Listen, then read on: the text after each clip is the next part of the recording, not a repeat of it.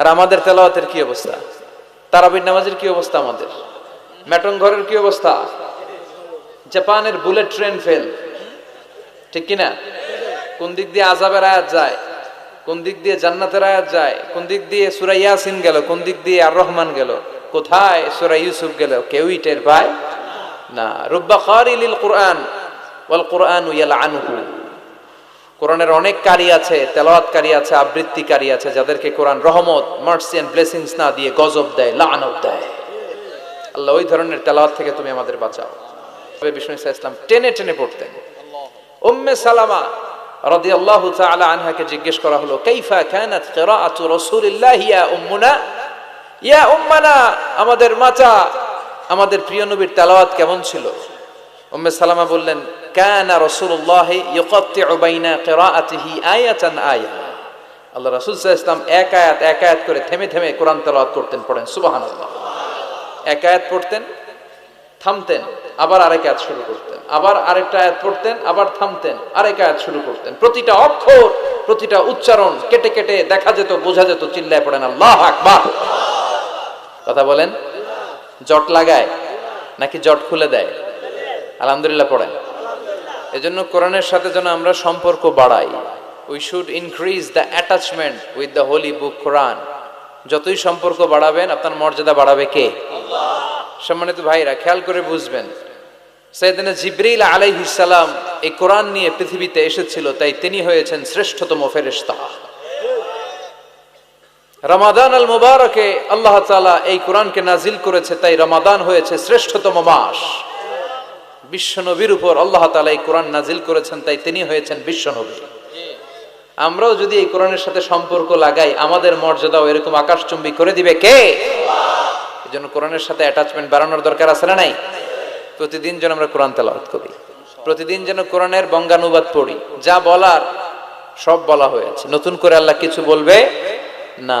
এজন্য কোরআন থেকে নূর নিয়ে যেন আমরা নিজেদেরকে আলোকিত করি। কোরআনের একটা নাম হচ্ছে নূর, একটা নাম কি? লিতুখরিজান নাসা মিনাজ যুলুমাতি ইলান নূর।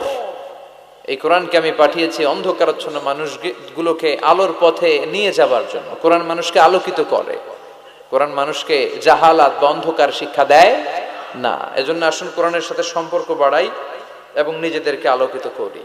আর এই কোরআনের যেখান দিয়েই আমরা কথা শুনি না কেন, বরকত আছে না নাই? লা তুহসা আজাইবুহু ওয়ালা তাবলা গরাইবুহু ফিহি মাসাবিহুল হুদা ওয়া মানারুল হিকমা। কোরআনের আশ্চর্যান্বিতার কোনো শেষ নাই, কোনো শেষ নাই। যতই পড়বেন ততই আশ্চর্য হবেন। সুবহানাল্লাহ পড়বেন না? ওয়ালা তাবলা গরাইবুহু, এটা কখনো পুরাতন হবে না, জীর্ণ শীর্ণ হবে না। সূরা ফাতিহা যারা আমরা পড়েছি লক্ষ লক্ষ বার, যাদের বয়স 50 কিংবা 60, কত লক্ষ বার সূরা ফাতিহা পড়েছি, কোনো হিসাব আছে? তারপরেও কোনোদিন কি মনে হয়েছে যে সূরা ফাতিহাটা পুরান পুরান লাগে? 60 বছর ধরে সূরা ফাতিহা দিয়ে শুরু করছি নামাজ, কালকে থেকে কুল হুয়াল্লাহ দিয়ে শুরু করব, এরকম কেউ বলে কোরআন পুরান লাগে? চির নতুন, এভারগ্রিন, সবুজ, চির সবুজ, চির নতুন। এটা কখনো পুরাতন হয় না। ফিহি মাসাবিহুল হুদা, কোরআনে আছে হেদায়েতের মশাল। ওয়া মানারুল হিকমা, আর কোরআন হচ্ছে বিজ্ঞানের সুউচ্চ মিনার। সুবহানাল্লাহ। কোরআনের ভিতরে বিজ্ঞানের তথ্য উপাত্ত আছে না নাই? আপনি কোরআনে বর্ণিত cosmic symbols, natural phenomena, scientific indications গুলো যদি পড়েন, আপনি অবাক হবেন, কপাল ঘষে ঘষে আল্লাহর সিজদা দিবেন, ঠিক কি না?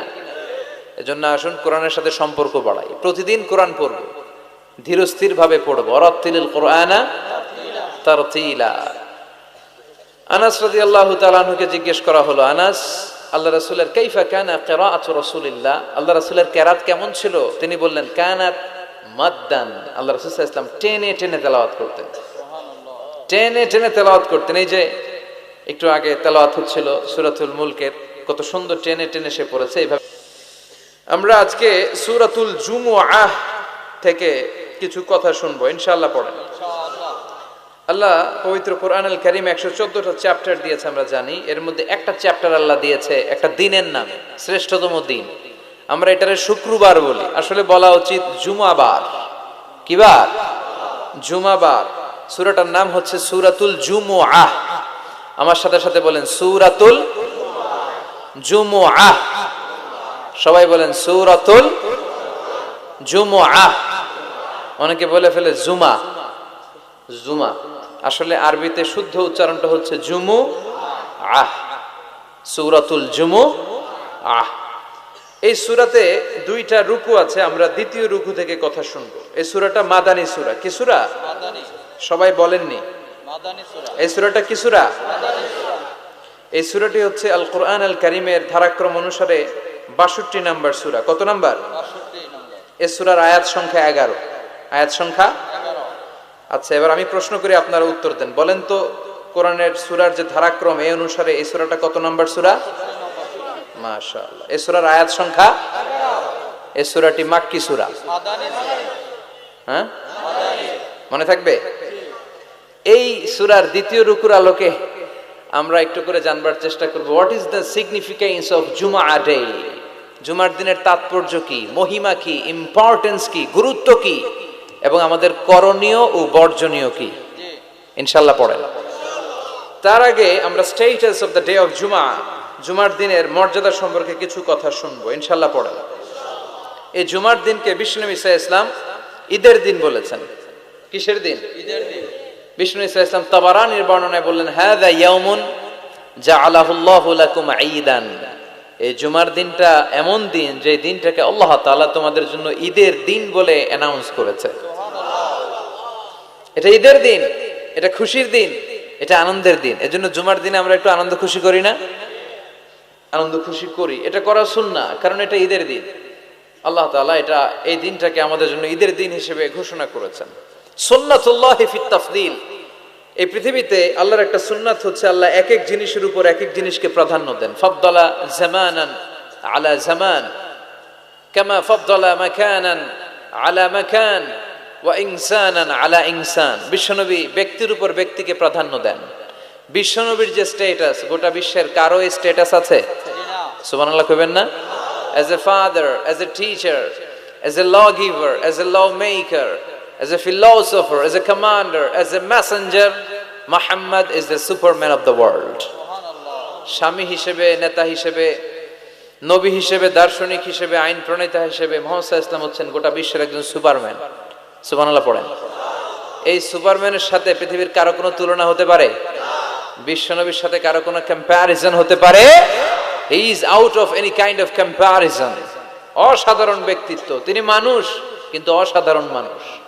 তিনি মানব কিন্তু তিনি মহামানব। চিল্লায় বলেন ঠিক কিনা? তাহলে ফাদ্দালা ইনসান আলা ইনসান, বিশ্বনবীকে আল্লাহ তাআলা সব নবীদের উপরও প্রাধান্য দিয়েছেন। তিনি শুধু আমাদেরই নবী নন, তিনি নবীদেরও নবী। তার মানে ব্যক্তি ব্যক্তিতে পার্থক্য আছে না নাই? তারপরে রব্বুল আলামিন এই জমিনের বুকে এলাকার উপর এলাকাকে প্রাধান্য দিয়েছেন। গোটা বিশ্বের মধ্যে সবচাইতে দামি শহরের নাম হলো মক্কা শহর। ঠিক কিনা? মক্কা শহরের সমতুল্য মর্যাদা পৃথিবীর আর অন্য কোন শহরের আছে? আবার রব্বুল আলামিন সময়ের উপর সময়কে প্রাধান্য দিয়েছেন। সারা বছরের ৩৬৫ দিনের মধ্যে সবচাইতে শ্রেষ্ঠ দিনের নাম হলো আরাফার দিন। সুবহানাল্লাহ। আরাফার দিনের যে মর্যাদা বছরের অন্য কোন দিনের কি ওই মর্যাদা আছে? হজের দিন, এই দিনে আল্লাহ তাআলা এত বিশাল সংখ্যক মুসলমানকে ক্ষমা আর মাফ করে দেওয়ার ঘোষণা দেন, বছরের অন্য কোন দিন এরকম ক্ষমার ঘোষণা দেন না। চিল্লায় এখন সুবহানাল্লাহ। তাহলে ৩৬৫ দিনের শ্রেষ্ঠ দিনের নাম? কথা বলেন, আরো জোরে বলেন। শয়তান ওই দিন নিজেকে অত্যন্ত বেশি লাঞ্ছিত এবং অপমানিত ফিল করে। বদরের যুদ্ধে শয়তান নিজেকে সবচেয়ে বেশি অপমানিত বোধ করেছে। যখন আকাশ থেকে ফেরেশতাদের ঢল নামতে শুরু করলো, শয়তান নিজেকে অত্যন্ত অপদস্থ ফিল করেছে। আবার আরাফার দিনে আল্লাহ তাআলা যখন আল্লাহর প্রিয় বান্দাদেরকে ক্ষমার ঘোষণা দেন, শয়তান অপমান বোধ করে। আবার তাশাহুদে বসে এই যে আঙ্গুলটা আমরা নাড়াই কিংবা উঠায় রাখি, এই তাশাহুদের এই ইঙ্গিতটা আসাদ্দু আলা শাইতান মিনাল হাদিদ। হ্যামার দিয়ে, হাতুড়ি দিয়ে শয়তানের মাথায় পিটালে ও যত ব্যথা পায়, তাশাহুদে আঙ্গুল উঠালে, শাহাদাতের সাক্ষী দিলে শয়তান তার চেয়ে বেশি ব্যথা পায়। চিল্লায় পড়েন আল্লাহু আকবার। কারণ এটা হচ্ছে শয়তানের বিপক্ষে এক আল্লাহর পক্ষে আমাদের জানান দেয়া ঘোষণা। এটা তাওহীদের সাইন। চিল্লায় বলেন কিসের সাইন? তাওহীদেরই মুর্শিদ আমার মুহাম্মাদের নাম বলো, মোহাম্মদের নাম, আল্লাহর নাম জপলে বুঝতে পারি আল্লাহরই কালাম, বলো মোহাম্মদের নাম। ওই নামেরই রশি ধরে যাই আল্লাহর পথে, ওই নামেরই ভেলায় চড়ে ভাসি নূরের স্রোতে, ওই নামের বাতি জেলে দেখি আরশের মুকাম, বলো মুহাম্মাদের নাম। পড়েন আল্লাহু আকবার। তাহলে শয়তানের বিপক্ষে এক আল্লাহর পক্ষে, এটা হচ্ছে শাহাদাতের চিহ্ন। সুবহানাল্লাহ পড়েন।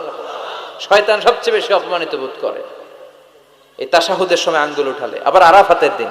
তাহলে বোঝা গেল 365 দিনের মধ্যে শ্রেষ্ঠ দিন কোন দিন? সবাই বলতে হবে। এবার বলেন 365টা রাতের মধ্যে শ্রেষ্ঠ রাত কোন রাত?